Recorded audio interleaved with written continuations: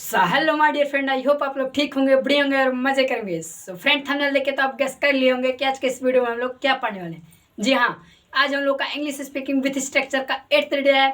और आज के इस वीडियो में फ्रेंड हम लोग इंग्लिश स्पीकिंग से रिलेटेड कुछ ऐसे इंपॉर्टेंट स्ट्रक्चर सीखने वाले हैं जिसके द्वारा आप इंग्लिश बोल सकते हैं और उसके साथ आप सैकड़ों सेंटेंस बना सकते हैं। Okay friends, let's come on the point.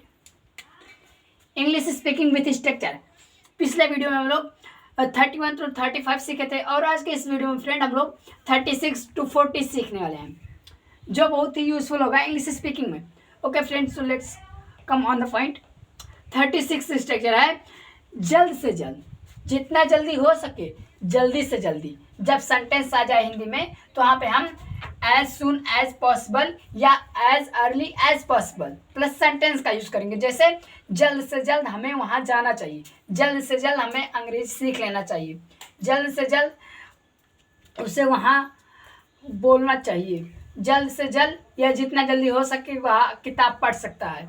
तो इस तरह से एक एग्जाम्पल है, जल्द से जल्द हमें स्कूल जाना चाहिए, तो एज सुन एज पॉसिबल और as early as possible we should go to school.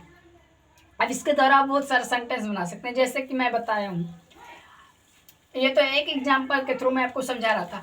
37 है जब कोई किसी काम को करने के लिए उत्सुक है या बेकरार है, मतलब वो किसी काम को करने के लिए उत्सुक है। जैसे मैं अंग्रेजी सीखने के लिए उत्सुक हूँ, मैं वहाँ जाने के लिए उत्सुक हूँ, मैं बारात जाने के लिए उत्सुक हूँ, मैं किताब पढ़ने के लिए उत्सुक हूँ। इस तरह से एक सेंटेंस के द्वारा, एक स्ट्रक्चर के द्वारा आप सैकड़ों सेंटेंस बना सकते हैं। जैसे है मैं अंग्रेजी सीखने के लिए उत्सुक हूँ, तो समवन आई है, फिर हेल्पिंग वर्ब। हेल्पिंग वर्ब में से हम यूज कर सकते हैं इज, एम और डिड। ये तो एक एग्जांपल है, मैं अंग्रेजी सीखने के लिए उत्सुक हूँ, तो समवन में आई है, फिर हेल्पिंग वर्ब आई के साथ क्या यूज होता है, पिछले वीडियो में आपको बताया था, आई के साथ हम एम का यूज करते हैं। फिर कीन और क्यूरियस टू लर्न इंग्लिश।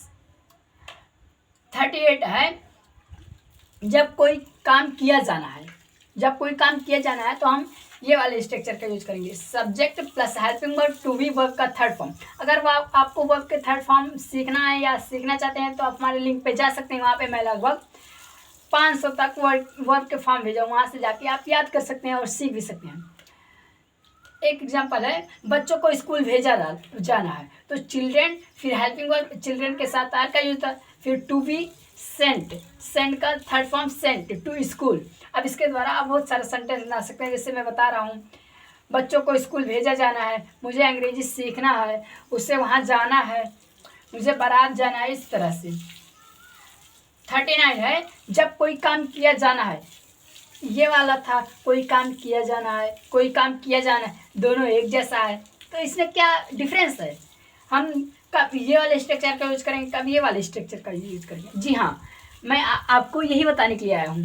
देखिए, जब कोई काम किया जाना है सिंपल हो, मतलब सिंपल हो, उसको ना मजबूरी में करना ना किसी और कारण से करना है, तो हम करेंगे use subject helping verb to be verb का थर्ड फॉर्म। लेकिन जब कोई काम किया जाना है मजबूरी में, तो वहाँ पे हम ये वाले स्ट्रक्चर यूज करेंगे, वो है subject has have to verb be plus verb का थर्ड फॉर्म। जैसे मुझे वहाँ जाना है, तो मजबूरी में मुझे वहाँ जाना है, तो इस तरह से तो इसका होगा सब्जेक्ट क्या है मुझे, तो आई, फिर आई के साथ हम क्या यूज करते हैं, कमेंट बताइए, आई के साथ हम क्या यूज करते हैं, हैज या हैव, तो आई के साथ हम हैव का यूज करते हैं।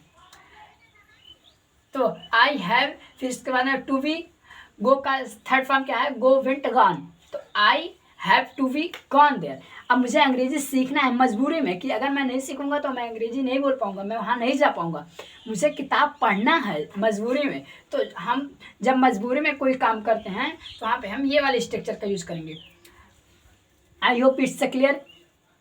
और 40 है किसी व्यक्ति या चीज़ को कुछ करने की ज़रूरत है या ज़रूरी है। जैसे मुझे अंग्रेजी सीखने की ज़रूरत है, मुझे किताब पढ़ने की ज़रूरत है, मुझे खेती करने की ज़रूरत है, मुझे वहाँ जाने की ज़रूरत है। इस तरह से तो हम वहाँ पे एक स्पेशल स्ट्रक्चर का यूज़ करेंगे, और वो है समवन और समथिंग नीड या नीड्स, नीड या नीड्स टू बी वर्ब का थर्ड फॉर्म।